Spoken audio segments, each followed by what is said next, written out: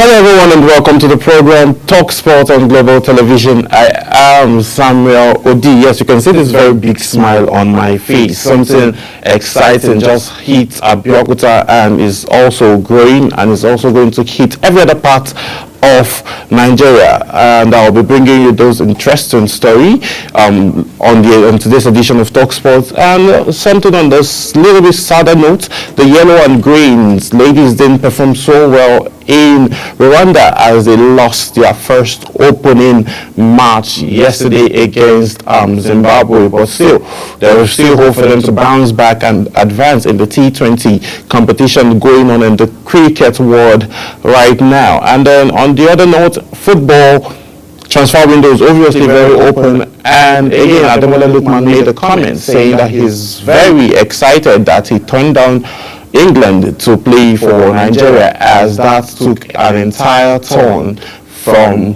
off his career, and you all know how his career has been ever since then. So this is just so interesting that he has those comments to make. And again, something again to smile about: the Super Falcons prove that yes, after not playing for a very long time, they still have what it takes to win matches. Though it was a friendly match, but it was a crucial friendly match that was played between the Super Falcons of Nigeria and the Indomitable Lionesses of Cameroon. But still, we had all of the advantage, and the Super Falcons defeated Indomitable Lionesses of Cameroon 2-0 in the friendlies that was played yesterday. It was meant to be a two-legged friendlies, but now, based on the fact of logistic issues that happened with the Cameroonian side, they weren't able to arrive Nigeria on time for the game to begin on Saturday and then end up on Monday. But with that, still, a game was still played, and the result was very, very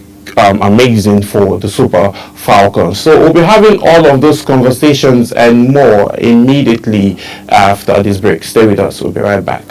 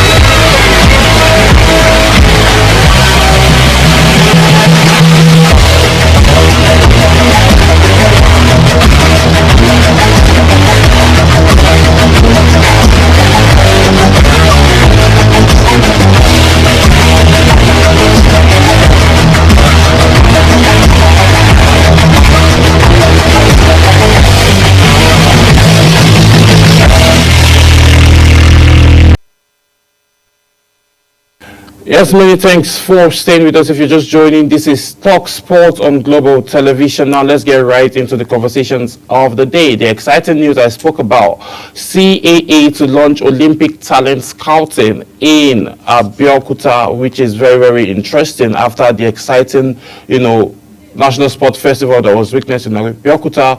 The Confederation of African Athletes will commence its Olympic Talent Identification Initiative in Abeokuta at the 2025 African Under-18/African Under-20 Championship after partnering with Worldwide Scholarships. According to Athletes Africa, the partnership between the CAA and WSS will officially begin at the CAA on the 18 and on the 20 championship in Nigeria, which will serve as a starting point for identifying emerging talents athlete talent across the continent. The relationship will commence with the hosting of CAC Under 18 and Under 20 Championship in Nigeria. So looking at all of this now, it's looking very, very excited. And again, this championship is expected to start, is scheduled for the 16th of July to the 20th of July 2025, which was originally set to take place in Oran, Algeria, before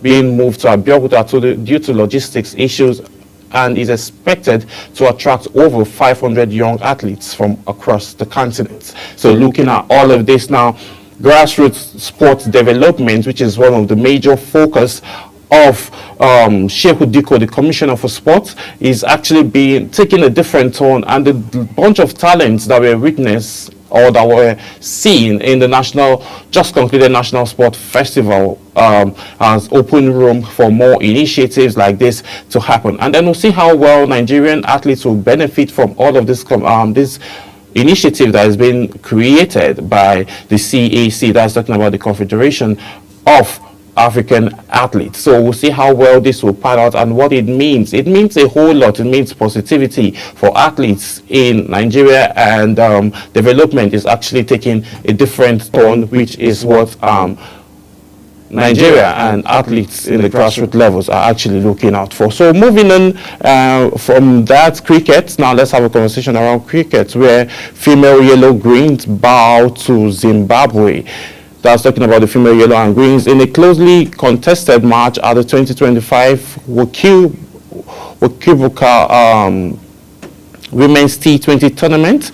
The female yellow greens narrowly lost to Zimbabwe by 6 runs in their opening game of the event at the Ganjans 2 cricket overhaul in Rwanda. The Nigerian team showcased commendable resilience against test-playing nation, highlighting their growing stature in international women's cricket. Captain Favour Igbadze won the toss and opted to field first, leaving the Zimbabweans to post a modest total of 104 runs in their allotted 20 overs. Chasing 105 runs for victory, Nigerians' innings was anchored by Captain Favour, who topped the score with a break of 21 runnings not out, and also the match witnessed a tense climate with Nigeria needing 7 runs off and the last over. However, Zimbabwe's blowers had their nerves, excusing precise deliveries to clinch the match by a slender margin as Nigeria finished the innings with 98 runs for the loss of 20 wickets in the 20 overs that was played. So they did try their best, and now cricket is actually evolving and getting better. So let's see what happens in the second leg of this matchup that will be played later tomorrow, as we'll see how well these individuals will be able to pan out well and also, you know, advance and win more competitions and then get themselves all through to the, you know, quarterfinals and also to the finals. So moving on from that, Super Falcons secure a 2-0 win against Cameroon in Abeokuta. The Super Falcons of Nigeria secured a commanding 2-0 win over the Indomitable Lionesses of Cameroon in an international friendly match held on Tuesday as the MKO Abiola Sporting Arena in Abeokuta. Captain Rasheedat Ajibade opened the scoring in the 19th minute from the penalty spot after being fouled inside the box by a Cameroonian defender. Ajibade doubled Nigerians' lead in the 43rd minute, calmly slotting home a well-placed pass from Babajide Omoshola, who delivered a brilliant cross from the left flank, sealing a brace for the Falcons' skipper. Despite a spirited second-half performance from the Cameroonians, but Nigerians' backline, anchored by Payne Ashoti and Issa Sukiratu, held firm to preserve the clean sheet and secure the most needed win for the Super Falcons. So this now has shown that, okay, the Super Falcons have the numbers of the Cameroonians again. Last year they were beaten 1-0 away from home, that's in Cameroon, and then coming back home here in Nigeria, the Super Falcons defeated them 2-0 still. So looking at all of this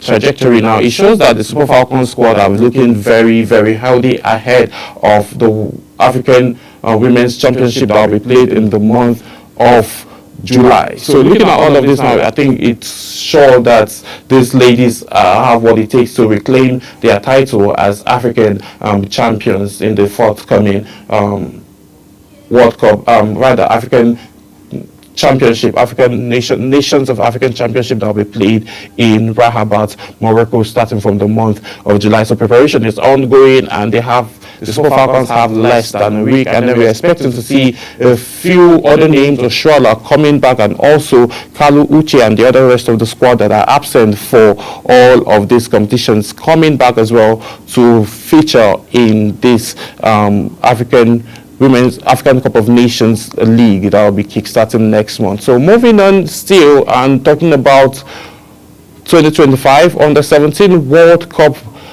in line, as Flamingos are set to discover their opponents by Wednesday, which is going to be happening today. The draws will be drawn up today as the Under-20 Flamingos are looking to know who they will be facing in the World Cup. Nigeria's Flamingos will know their group opponents at the 2025 FIFA Under-17 Women's World Cup later today. The draw ceremony will be held in Rabat, Morocco. 24 countries will take part in the competition for the first time since its inception. The Flamingos have been placed in Plot 1 alongside host Morocco, one of Africa's 5 flag bearers. Spain, Japan, North Korea, cup holders, and USA. Nigeria will be making her 8th appearance at the competition. Bankole Olukeri's side took part in the women's football event at the 2024 National Sport Festival as part of preparation for the competition. And again, them being ready and being just started their preparation, it just concluded National Sport Festival, shows that okay, preparation is open and is in hand. And the competition, actually, we're talking about the World Cup now, it will be happening later in the year, and we'll see how well this is going to be looking, because we're expecting this competition to kickstart around August and September respectively. So we'll see how all of those pans out, and we'll definitely bring you updates on how we would be able to figure all of this out, and then see how this team will be able to win and advance well, because this is the 8th time and the results have not been palatable in history. They haven't just exceeded and gotten to the semi-final. So let's see how well these ladies will perform this year and how far they would be able to go in this competition. Moving away from that, I'm still talking about what's going on here on the home front. Eagles must improve to reach their 2026 World Cup qualifiers. Talking about this now is the new head coach of the Super Eagles, Eric Chell, where he says Super Eagles coach Eric Chelle has warned that the team still has a lot of things to improve on to bring their hopes of qualifying for the 2026 World Cup to life. The Super Eagles are currently preparing for their friendly game in about 2 days now. Yes, in about 2 days, facing Russia on Friday in Moscow, after beating Ghana and Jamaica to win the second edition of the Unity Cup in London last Saturday. Chile, who took over the Eagles' job in January, has a mandate of leading the team to the final of the 2025 AFCON in Morocco, while the task of overturning the team's ill-fated 2026 World Cup qualifiers campaign is also staring him in the face. According to the Malian coach, he would have opted against the Unity Cup in London, but he sees the lineup of the game as an opportunity for the team to improve before resuming World Cup qualifying campaign in September. So this is all a trajectory to get the Super Eagles ready and ahead of the job that is at hand. So looking at it now, this World Cup qualifiers is very, very crucial. Qualifying is very crucial. I think that's what is even going to solidify Eric's job the more. Now, after being in charge of 4 games, now he has been able to win the Unity Cup and defended it. So he has a plus. Now, another angle that we're looking at now is to move further than that. In what sense, and what am I trying to say? The bigger picture now is qualifying for the World Cup, not just qualifying, but making good progress in the World Cup. the strategies that he used, that's talking about Coach Eric now, is actually very good for the Unity Cup, bringing a bunch of home-based players to come and play with the likes of Samuel Chukwueze, Moses Simon, Wilfred Ndidi, Ahmed Musa. Lots of them were around to play with a whole lot of players from the home-based side. Even the very good defender from Remo Star, Sadiq Ismail, who was very crucial, who played well and also created an assist in the Unity Cup, was very crucial for the matchup. So looking at this now, it's good. So preparation for World Cup is obviously at hand, and then having home-based players play with these foreign players is actually good because of synergy and chemistry. By the time we'll have Victor Boniface, Victor Osimhen, Olaina, and Wilfred and the whole squad, by the time they get healthy and come back for the preparations ahead September qualifiers, I think is actually going to be better and more interesting for this Eagles side. So good strategy by Eric, and then we'll see how well all of this will pan out in the nearest future, because qualifying for the World Cup is actually very, very crucial, and it's more like a do-or-die affair for the Super Eagles. So moving away from that, let's talk about one Nigerian who is happy that he rejected an offer that rejecting the offer led to a career change for him. Talking about that, rejecting England changed my career. This is what the African Player of the Year has to say. Talking about Ademola Lookman, Super Eagles star Ademola Lookman has described his decision to switch international alliances from England to Nigeria as one of the most defining choices of his football career. The 2024 CAF African Footballer of the Year said choosing to represent Nigeria changed everything for him, but both personally and professionally. Born in London, Lookman played in England at the youth level before pledging his international future to Nigeria. That decision has coincided with a dramatic rise in his profile, culminating in a historic European League final hat-trick against Bayern Leverkusen, which helped Atlanta win their first ever European title. Now regarded as one of the Europeans' top informed attackers, the 27-year-old credited his success to discipline, consistency, and relentless hard work. Obviously, hard work pays all the time. If you think hard work doesn't pay, go and ask Cristiano Ronaldo. Of course, you know hard work pays. He's 39 years old and he'll be 40 in a couple of weeks, and he's still playing hard and playing better than some young players actually. So looking at all of this now, hard work obviously pay. And then picking Nigeria also, like he rightly mentioned, changed his career. A lot of persons doubted him, given the fact that they said he doesn't have what it takes to play with the Three Lions. But now he came and then proved them wrong, made history for himself, became the African best player, won the treble in the 2023-2024 season, and that trajectory continued like that. Arguably, he is one of the top 10 attackers in the world football now as we speak. So congratulations to Ademola Lookman, and we just hope he keeps getting better and better. Moving on, let's talk quickly about transfers, where Leverkusen confirmed Francis Onyeka's new deal. German Bundesliga outfit Bayer Leverkusen have announced that the teenage midfielder Francis Onyeka has put pen to paper on a new 3-year contract extension. The dethroned top-flight champions confirmed the development via the team's X account on social media. The report says Francis Onyeka has extended his contract until 2028. The young star will now spend the 2025-2026 season on loan with VfL Bochum. All the best, Francis. That's what the report says. The Goma Bencher-born player will subsequently continue his development at German second-tier side VfL in the 2025-2026 Bundesliga second campaign, in a bid to secure a regular first team football and gather enough experience ahead of his return next year. The new deal would keep the youngster in the Bay Area until the summer of 2027-2028 season.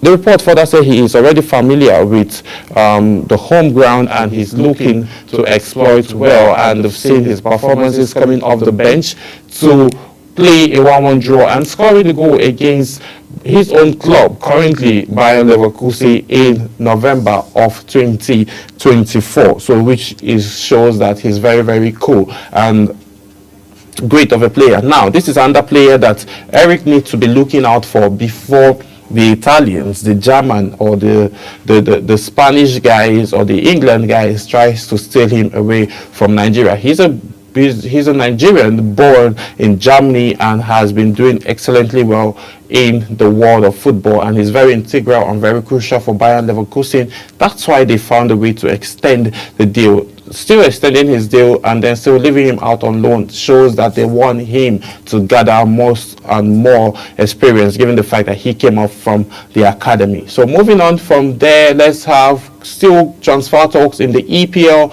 as Sancho breaks silence after Chelsea sends him back to Manchester United in a €5 million deal. Jadon Sancho has spoken for the first time since Chelsea refused to make his loan deal a permanent transfer and sent him back to Manchester United. Sancho's long loan from the Red Devils include an obligation to make the switch permanent for a fee that could raise to £25 million.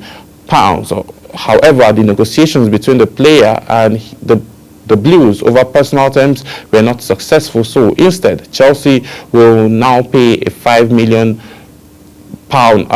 penalty fee to United. According to reports, Sancho enjoyed sporadic success at Stamford Bridge and scored his final appearance for the club in the Conference League final as they trashed Real Betis 4-1 to secure the European Conference League title after qualifying for the world for the UEFA Champions League. So looking at this now, I think he's not happy about that, but still Sancho wasn't so integral all through the season for Chelsea. I'm guessing he doesn't fit into Enzo Maresca's plan. That was why the deal didn't finally pull through. Moving on, still talking transfers, Galatasaray eyes Christopher Nkunku to replace Victor Osimhen, which is a very big shoe for Nkunku to actually fill. With Victor Osimhen yet to decide where he wants to play next season, Turkish champions Galatasaray seems to be preparing for life after Nigerian striker, as they have made Christopher Nkunku a summer target. Osimhen joined Galatasaray on loan from Napoli at the start of the just concluded season, with the Turkish side offering him an escape route after he was frozen out of his parent club while his deadline day moves to Chelsea and Saudi Arabia also fell through. The striker, however, took Turkey by storm, scoring 37 goals plus 8 assists in 41 appearances across all competition, as his side won the Super League title and the Turkish League title. He also was named the league's top scorer with 26 goals. The 26-year-old loan deal will officially come to an end later at the end of the month, but Galatasaray have apparently not given up hope for keeping him at the club permanently. Nevertheless, claims that the Turkish giants are making contingent plans in case Osimhen does not head back to Napoli. Chelsea's Nkunku is firmly on their radar. The France international has been a bit part player for the Blues since joining in the summer of 2023, starting just 9 Premier League matches in 2024 and 2025 campaigns. Like I already mentioned, Nkunku is not very crucial because he's on and off. Basically, he was on and off for Chelsea, and he was still not all that, when it comes to the UEFA Conference League that was just concluded in the EPL, still, it's not always there. Will he be able to fill in that same role and do what Victor Osimhen did with Napoli? With Galatasaray, I don't think that is actually very, very feasible for Christopher Nkunku. But since he's still on the radar, probably he'll be able to fit in well, because it's a different ballgame playing in the EPL and playing in those other leagues, because the EPL players always say that the EPL is very, very difficult. But this is how much time will permit us to take on today's edition of Talk Sports. But before I leave, I'll be leaving you with the highlights of the games that was played between the Super Falcons of Nigeria and the Indomitable Lions of Cameroon. But before we get into the video clip for today, the NBA playoffs was actually supposed to kickstart later, the early hours of Thursday morning, but it has been moved to the to Thursday night, which is the early hours of Friday morning, based on weather and rerouting of the Indiana Pacers. Because of some weather turbulence, they weren't able to have to land in OKC, that's Oklahoma City, based on weather challenges. But now the plane has been rerouted, and then they've found their way to OKC, and then come early hours of Friday, officially the 2024-2025 NBA Finals will kickstart, and then we would see who would win the most in the Game 7 series that would be played in the NBA playoffs between Indiana Pacers and OKC Thunders. I'll leave you with this highlight from the game that was played, the friendly international friendly that was played between the Super Falcons and Indomitable Lions of Cameroon.